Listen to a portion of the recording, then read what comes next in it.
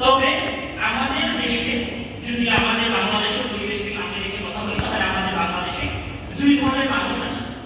এক শ্রেণীর মানুষ কেন মুসলিম বিশ্বগুলো ফিলিস্তিনের পাশে দাঁড়াচ্ছে না এইটা নিয়ে আরব বিশ্ব সহ অন্য মুসলিম দেশগুলোর উপর আক্রমণাত্মক কথা বলে।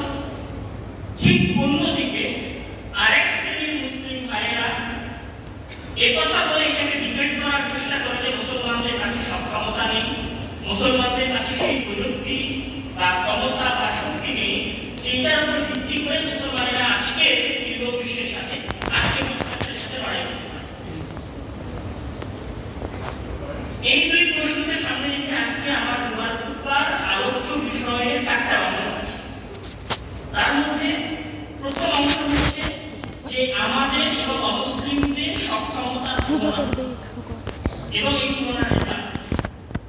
দ্বিতীয় অংশে আছে মুসলিম বিশ্বের ওই সমস্ত যুদ্ধ ইতিহাসে যেগুলোতে সক্ষমতা থাকার পরেও মুসলমানেরা পরাজয় বরণ করেছে।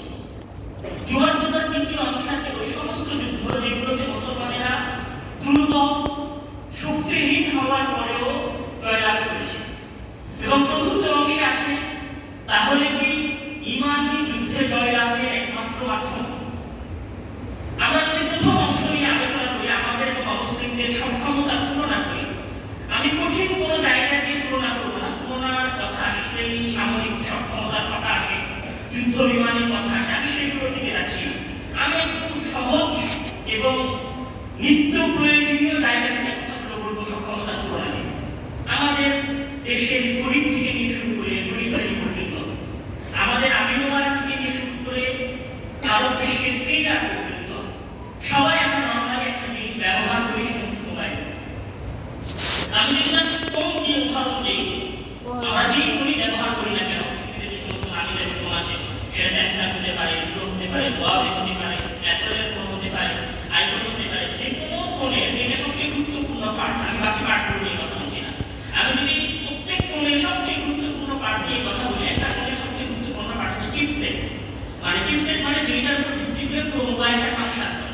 মানে আমি মোবাইলে কোনো অ্যাপ চালু করছি, কোনো অ্যাপ অফ করছি, ছবি তুলতেছি, ভিডিও করতেছি, এই সব কিছু যেটার উপর ভিত্তি করে চলে সেটা হচ্ছে চিপসেট। আমি যদি উদাহরণ দিই, এই চিপসেট কোন কোম্পানিগুলো তৈরি করে, এর মধ্যে কোনো মুসলিম কোম্পানি তো দূরে থাক, কোনো মুসলিম বিশ্বের নাম আসবে না। যেমন আমরা যদি কোয়ালকমের কথা বলি, কোয়ালকমের সিরিজ হচ্ছে স্ন্যাপড্রাগন, এটা হচ্ছে ইউএস এর একটা কোম্পানি। যদি আমরা অ্যাপলের কথা বলি, অ্যাপলের এ চিপ হচ্ছে ইউএস এর একটা কোম্পানি। যদি আমরা মিডিয়াটেকের কথা বলি, এটা হচ্ছে তাইওয়ানের একটা কোম্পানি। যদি আমরা গুগলের যে সিরিজ আছে সেটার যদি আমরা কথা বলি, যেটা তারা তাদের ফোন পিক্সেলে ব্যবহার করে, এটা হচ্ছে একটা আমেরিকান কোম্পানি। যদি আমরা হুয়াওয়ে কিরিং সিরিজের কথা বলি, তাহলে এটা চায়না কোম্পানি। ঠিক এরকম ভাবে আপনি মোবাইল থেকে বের হন, মোবাইল থেকে বের হয়ে আপনি কম্পিউটারে যান। কম্পিউটারের সবচেয়ে গুরুত্বপূর্ণ পার্ট হচ্ছে মাদারবোর্ড। মাদারবোর্ডের কাজ কি? মাদারবোর্ড হচ্ছে কম্পিউটারের অন্যান্য গুরুত্বপূর্ণ পার্টগুলোতে বিদ্যুৎ সরবরাহ করে, অন্যান্য গুরুত্বপূর্ণ পার্টগুলোর ফাইলগুলোকে ট্রান্সফার করতে সহযোগিতা করে। এইটাকে বলা হয় মাদারবোর্ড। এই মাদারবোর্ডের উপরে সিপিইউ থাকে, এই মাদারবোর্ডের উপরে জিপিইউ থাকে, এই মাদারবোর্ডের উপরে র্যাম লাগানো হয়। এই মাদারবোর্ড তৈরি করতে যে জিনিসটার সবচেয়ে বেশি প্রয়োজন হয় সেটাকে বলা হয় পিসিবি। পিসিবি অর্থ প্রিন্টেড সার্কিট বোর্ড। এই যে সামান্য ছোট্ট একটা জিনিস যেটা আমরা কম্পিউটারে ব্যবহার করতেছি আমাদের মাদারবোর্ডটাকে তৈরি করার জন্য, এই পিসিবি কোন কোম্পানিগুলো তৈরি করে? এই পিসিবির 50% উৎপাদন করে চায়না কোম্পানি, তারপরে উৎপাদন করে ইউএস এর কিছু কোম্পানি, এবং এর সাথে জাপানের প্যানাসোনিক, সনি, দক্ষিণ কোরিয়ার স্যামসাং, এলজি, তাইওয়ানের অ্যাসুস, গিগাবাইট, এমএসআই, এগুলো হচ্ছে পিসিবি মাদারবোর্ডের এই গুরুত্বপূর্ণ পার্টটাকে উৎপাদন করে। যদি আমরা এখান থেকে যাই, আরেকটু এগিয়ে যাই, ধরেন যে আমরা ছবি তুলছি, ছবিটা ওঠানোর পরে আমরা ছবিটাকে এডিট করি, ছবিটাকে সুন্দর করার চেষ্টা করি। আমাদের ছাত্ররা কম্পিউটারে বসে, আমাদের অনেক ভাই অনলাইনে বসে কম্পিউটারের মাধ্যমে টাকা আর্ন করে, তারা একটা ডিজাইন করে, ডিজাইনটা করে কিসের মাধ্যমে? গ্রাফিক্সের মাধ্যমে। এই গ্রাফিক্সের যে কোম্পানিগুলো গ্রাফিক্সের এই জিপিইউ এই প্রযুক্তিটাকে সরবরাহ করে, এর মধ্যে কোনো মুসলিম দেশ অথবা মুসলিম বিশ্বের নাম না। এখান থেকে বের হয়ে আরেকটু কমন কথাই যাই, ধরেন এই যে 5G এবং 4G নেটওয়ার্ক। আমি যদি 5G এবং 4G নেটওয়ার্কের কথা বলি, আমরা মনে করি যে আমাদেরকে মনে হয় গ্রামীণ 5G নেট দেয়, আমরা মনে করি রবি মনে হয় আমাদেরকে 5G নেট দেয় না। রবিয়া হচ্ছে জাস্ট একটা ডিলারের, গ্রামীণ কোম্পানি হচ্ছে একটা ডিলার। এখানে যারা 4G এবং 5G উৎপাদন করেছে এবং যারা 4G এবং 5G প্রযুক্তিগুলোকে সরবরাহ করে, এই দুইটার কোনটাতেই গ্রামীণ ফোন, রবি, বাংলালিংক, জিও, সৌদি আরবের কোনো কোম্পানি, মোবাইল, এদের কারো কোনো হাত নেই। এরা কি করে, বাইরের বিশ্বগুলো থেকে 4G এবং 5G প্রযুক্তিটাকে কেনে এবং সেইটাতে সার্ভিস দেয় আমাদের দেশে, বাংলাদেশে, পাকিস্তানে, ভারতে, সৌদি আরবে। এটা যারা উৎপাদন করে, এই 4G 5G নেটওয়ার্ক যারা উৎপাদন করে, এর মধ্যে সবই মুসলিম কোম্পানি।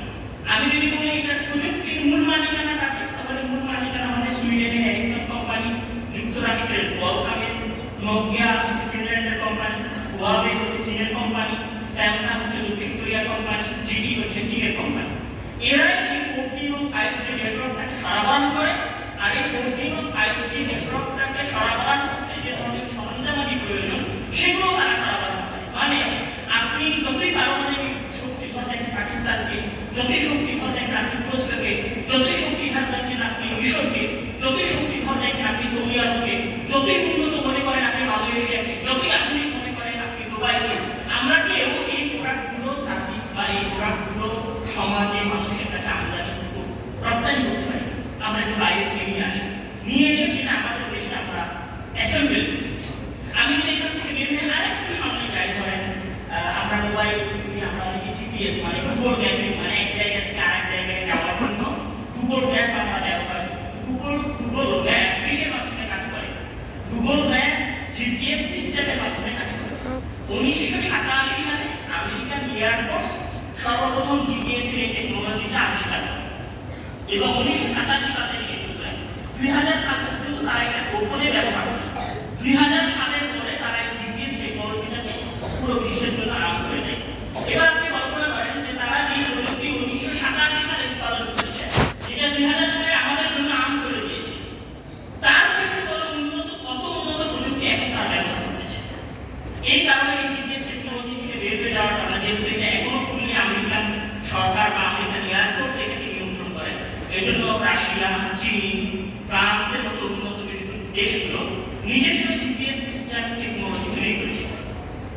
এটা হলো মোবাইলের পার্ট বা কম্পিউটারের পার্ট। আমরা যদি এখান থেকে একটু বের হয়ে যাই, ধরেন যদি আমরা মেডিকেলের দিকে যাই, আমরা সবাই চিকিৎসা নিতে ভালোবাসি। আমাদের গরিব শ্রেণীর মাঝে চিকিৎসা নেওয়ার একটা টেন্ডেন্সি আছে, রোগ আছে। আমাদের আরো গরিবরা সমস্ত জ্বর হলে সিঙ্গাপুর, কানাডা, থাইল্যান্ডে চিকিৎসা করার জন্য যেতে ভালোবাসেন। আমাদের দেশের দুনিয়াও কিছু হলে সিঙ্গাপুর, থাইল্যান্ডে যেতে ভালোবাসেন। আমি যদি বলি চিকিৎসা বাজারে এই চিকিৎসার প্রযুক্তি আছে এবং যত জিনিসপাতি আছে এই চিকিৎসা খাতে ব্যবহার হয়, এর 70 থেকে 80% সরবরাহ করে যুক্তরাষ্ট্র এবং ইউরোপ। 70 থেকে 80%। এবং বায়োটেকনোলজি আমরা যেটাকে বলি, অথবা জিনগত প্রযুক্তি, জিন পরিবর্তনের যে প্রযুক্তি, এটা 100% রাষ্ট্র থেকে আসে, এর বাইরে কারোর কাছে বায়োটেকনোলজি অথবা জিন প্রযুক্তি নেই। আমি যদি এখান থেকে একটু বিস্তারিত বর্ণনা দেওয়ার চেষ্টা করি, তাহলে আমি বলবো যে পৃথিবীর সবচেয়ে সার্জারির জন্য যেগুলো নিডি বস্তু, সবচেয়ে উন্নত বস্তু, সেটা দেয় হচ্ছে আমেরিকার জনসন এন্ড জনসন কোম্পানি। যদি বলি যে ইনসুলিন পাম্প অথবা হার্টের জন্য চিকিৎসা কার সবচেয়ে ভালো দিতে পারে, সেটা হচ্ছে মেডট্রনিক একটা কোম্পানি। যদি বেস্টন সাইন্টিফিক সার্জারি ডিভাইস রয়েছে, ঠিক এরকম জার্মানি, সুইজারল্যান্ড, সুইডেন, জাপান, চীন, দক্ষিণ কোরিয়া, এরাই পুরো পৃথিবীর চিকিৎসা বাজারকে দখল করে রেখেছে। মানে আপনি যে এই যে দশতলায় জানেন যে আপনারা এমআরআই যন্ত্র দেখেন, সিটি স্ক্যানের যন্ত্র দেখেন, আমাদের পায়ে যখন আঘাত লাগে তখন এটাকে এক্সরে করা হয় আমাদের হাত পা, এই যে এক্সরে যন্ত্র, এমআরআই স্ক্যানারের যে যন্ত্র, সিটি স্ক্যানের যে যন্ত্র, এগুলো একটাও কোনো মুসলিম বিশ্বে উৎপাদন হয় না। হ্যাঁ, মালয়েশিয়া এবং সিঙ্গাপুর স্বল্প পরিসরে একদম ন্যূনতম উৎপাদন করে না, অ্যাসেম্বল। আর উন্নত বিশ্বগুলোর কথা আমি ভাবি না। এটা হলো চিকিৎসা খাতে আমাদের অবস্থা। আমি একটু সংক্ষিপ্ত যেতে তোমার বিস্তর কথা বলতে পারবো না। মেডিকেল খাত থেকে যদি আমরা একটু বের হই, এবার বের হয়ে যদি আমরা সামরিক খাতের দিকে যাওয়ার চেষ্টা করি, ধরেন আজকে আমরা অনেকেই প্রশংসা করতেছি যে বাংলাদেশ চীনের কাছ থেকে একটা ভালো যুদ্ধ বিমান কিনবে। আমরা অনেকেই বলতেছি যে পাকিস্তান চীনের মাধ্যমে চীনের কাছ থেকে যুদ্ধ বিমান কিনতেছে, অথবা আমরা বলতেছি যে সৌদি ডিফেন্স সিস্টেম আমেরিকা থেকে ইনস্টল করতেছে। এগুলো একটাও আমাদের নিজস্ব তৈরি করা নয়।